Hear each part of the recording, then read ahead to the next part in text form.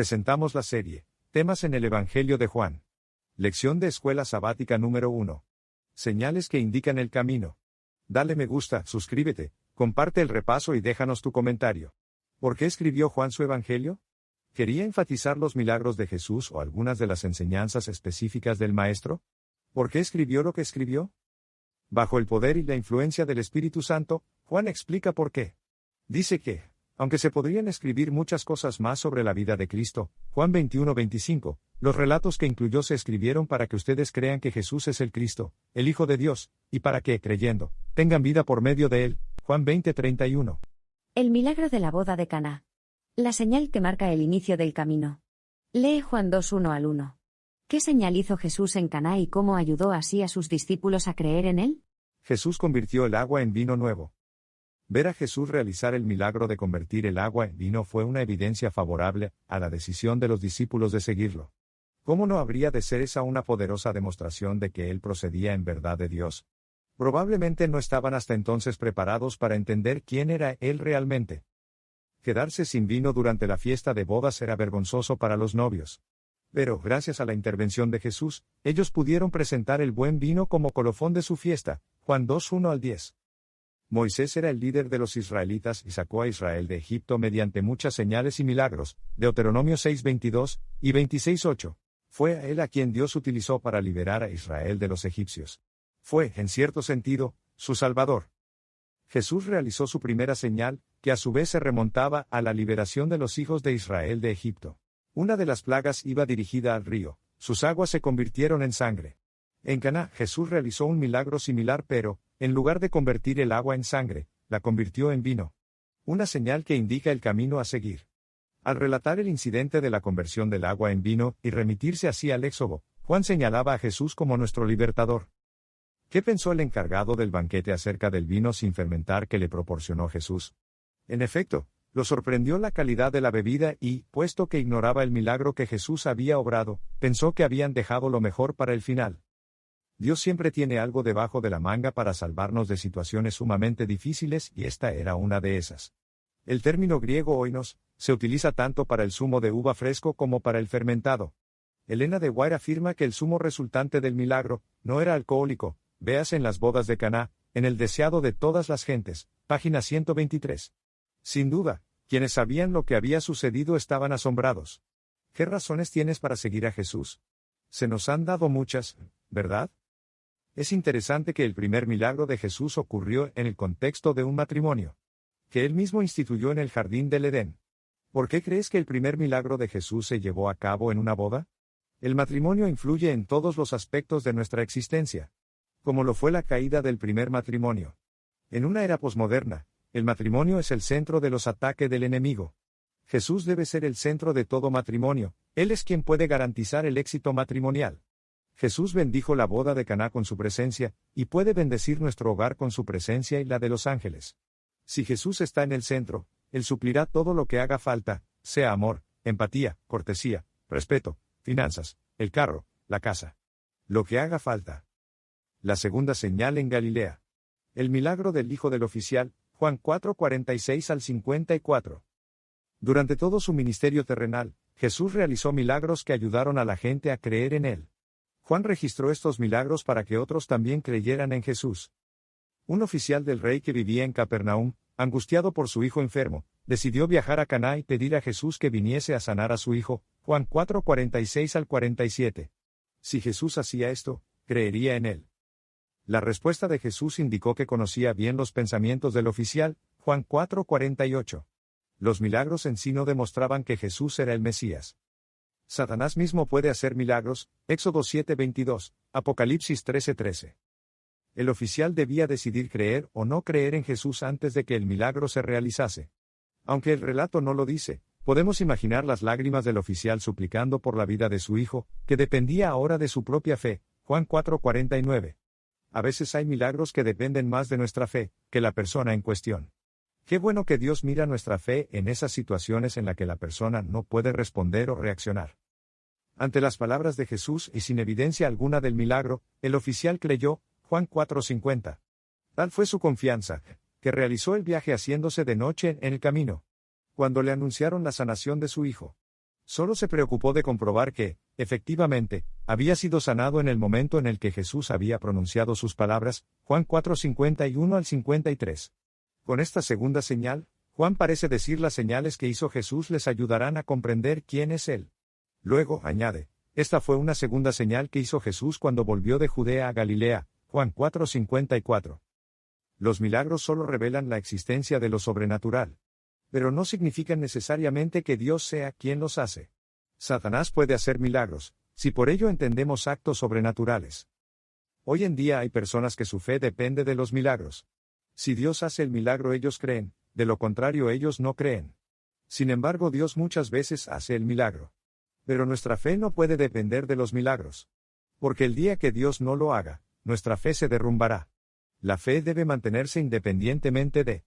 Además es un asunto muy delicado, ya que Satanás también realiza milagros. Un milagro puede ser la herramienta de Satanás para engañarnos. Es paradójico pero pasa. Pablo dice que el mismo Satanás se disfraza como ángel de luz. Segunda de Corintios 11:14. ¿Cuál es la esencia de hacer que alguien vomite o caiga en el suelo? No puede ser que la voluntad de Dios sea sanar a todo el que está enfermo al mismo tiempo, en el mismo lugar y la misma forma. Sin tomar en cuenta que hay personas que precisamente tienen que quedar en cama, porque esa es la única manera en la que pueden abrir su corazón a Dios. Aunque viéramos un milagro, ¿qué otros criterios debemos tener en cuenta antes de suponer automáticamente que proviene de Dios?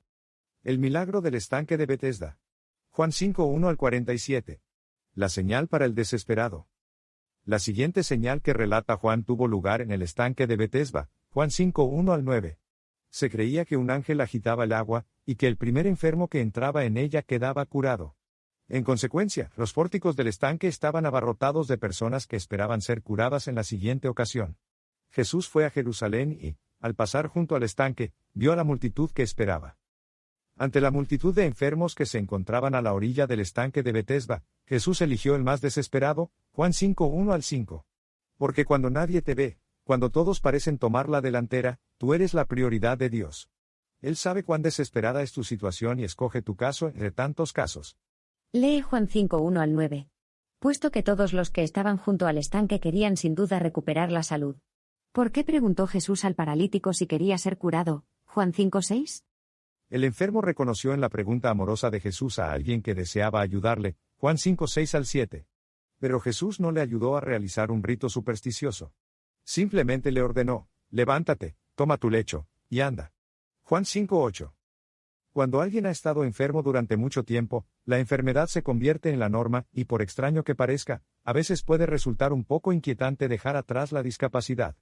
El hombre da a entender en su respuesta que quiere curarse. El problema es que está buscando la sanidad en el lugar equivocado. Suele pasarnos. Mientras aquel que hizo las piernas del hombre está de pie justo delante de él. El hombre no sabía quién le estaba hablando, aunque después de la curación comenzó sin duda a comprender que Jesús era, de hecho, alguien muy especial. Jesús no pide a este enfermo que ejerza fe en él. Dice simplemente, levántate, toma tu lecho, y anda. Pero la fe del hombre se aferra a esa palabra. A veces estamos esperando sentir algo para ver que el milagro está aconteciendo. Pero Dios ya ha dado la orden. Levántate en el nombre de Jesús. No cuestiones, solo levántate. Es la orden de aquel que te dio las piernas. Más tarde, Jesús identificó su enfermedad como consecuencia de sus pecados, Juan 5:14. Y le dijo, mira que has sido sanado. No peques más para que no te venga algo peor, Juan 5:14. La enfermedad física implica a menudo la violación a las leyes espirituales. Nuestro organismo es una creación integrada e interrelacionada. Lo que afecta a una dimensión afecta también a otras. Sin embargo, no debemos juzgar ni condenar a los demás atribuyendo toda dolencia física a la violación voluntaria de la ley de Dios. Pues todos los seres humanos hemos sucumbido al pecado en un momento u otro. Sin embargo, es descorazonador decirle al que sufre, que merece lo que le aqueja. ¿No sería esto agregar más culpa al sufrimiento? ¿Por qué debemos entender que no todas las enfermedades son el resultado directo de pecados específicos? La enfermedad puede ser o no consecuencia directa de nuestro pecado. Pero, independientemente de su origen, Dios tiene poder para sanar nuestras enfermedades, Santiago 5:14 al 15. Corazones duros. La señal para el que no quiere entender. Las señales, las maravillas y los milagros no demuestran por sí mismos que algo provenga de Dios. Pero, por otro lado, cuando en verdad proceden de Él, es peligroso rechazarlos. Lee Juan 5:10 al 16. ¿Qué lecciones podemos extraer de la asombrosa dureza de corazón de los líderes religiosos con respecto a Jesús y al milagro que acababa de realizar? Sin duda, esa era una ocasión para alabar a Dios, pero en lugar de ello, los líderes perseguían a Jesús y procuraban matarlo, porque hacía estas cosas en sábado. Juan 5:16. Era lógico que, una vez sanado, el enfermo regresase a su casa portando sus pertenencias. Pero, estaba transgrediendo el sábado. Juan 5:10. Ante esta acusación, el hombre se defendió diciendo que su sanador se lo había ordenado, y la cuestión quedaba zanjada. Juan 5:11 al 13. Pensando que querían alabar a su sanador, cuando supo que Jesús le había curado, corrió a decírselo a aquellos que le habían preguntado. Juan 5:14 al 15. Pero no todos reaccionaban igual ante las señales de Jesús. Juan 5:16. Jesús sabía que levantaría prejuicios cuando ordenó al paralítico cargar su lecho en sábado. Su propósito era hacer pensar a sus antagonistas sobre qué era más importante, su tradición o la sanación de un hombre. ¿Por qué no quisieron entender esto? Las curaciones eran permitidas en sábado solo en casos de emergencia. Sin embargo, este hombre había estado incapacitado durante 38 años, por lo tanto, su curación no era una emergencia. Algo increíble, ¿no?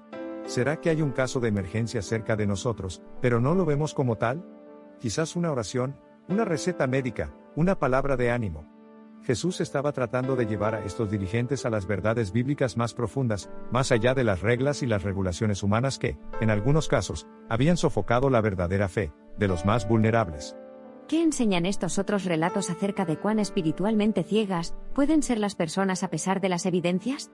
Jesús les dijo a estos líderes: escudriñad las Escrituras, porque a vosotros os parece que en ellas tenéis la vida eterna, y ellas son las que dan testimonio de mí. Juan 5:39. Las afirmaciones de Jesús. La señal avalada por testigos. El milagro del estanque de Betesda brindó a Juan una excelente oportunidad para destacar quién es Jesús. Juan dedica 9 versículos a describir el milagro, y unos 40, ver más adelante, a describir a aquel que lo realizó. Lee Juan 5:16 al 18. ¿Por qué persiguieron a Jesús tras el milagro que hizo en sábado? Juan 5:18 puede resultar inquietante porque parece decir que Jesús estaba quebrantando el sábado. Al ser acusado como transgresor del sábado, Jesús dio una respuesta que fue interpretada como una afirmación de su divinidad. Juan 5:17 al 18. En Juan 5:16 al 18 Jesús dijo: mi Padre hasta ahora trabaja, y yo trabajo. Argumentaba que el trabajo en sábado está en consonancia con su relación con su Padre. Dios no deja de sostener el universo en sábado. En consecuencia, la actividad de Jesús en sábado formaba parte de su aseveración de que Él era Dios. Los líderes religiosos lo persiguieron por su supuesta violación del sábado, y por su afirmación de que era igual a Dios. Lee Juan 5:19 al 47. ¿Qué dijo Jesús para ayudar a los líderes a que lo aceptaran como quien realmente es, afirmación tan poderosamente atestiguada por el milagro que acababa de obrar?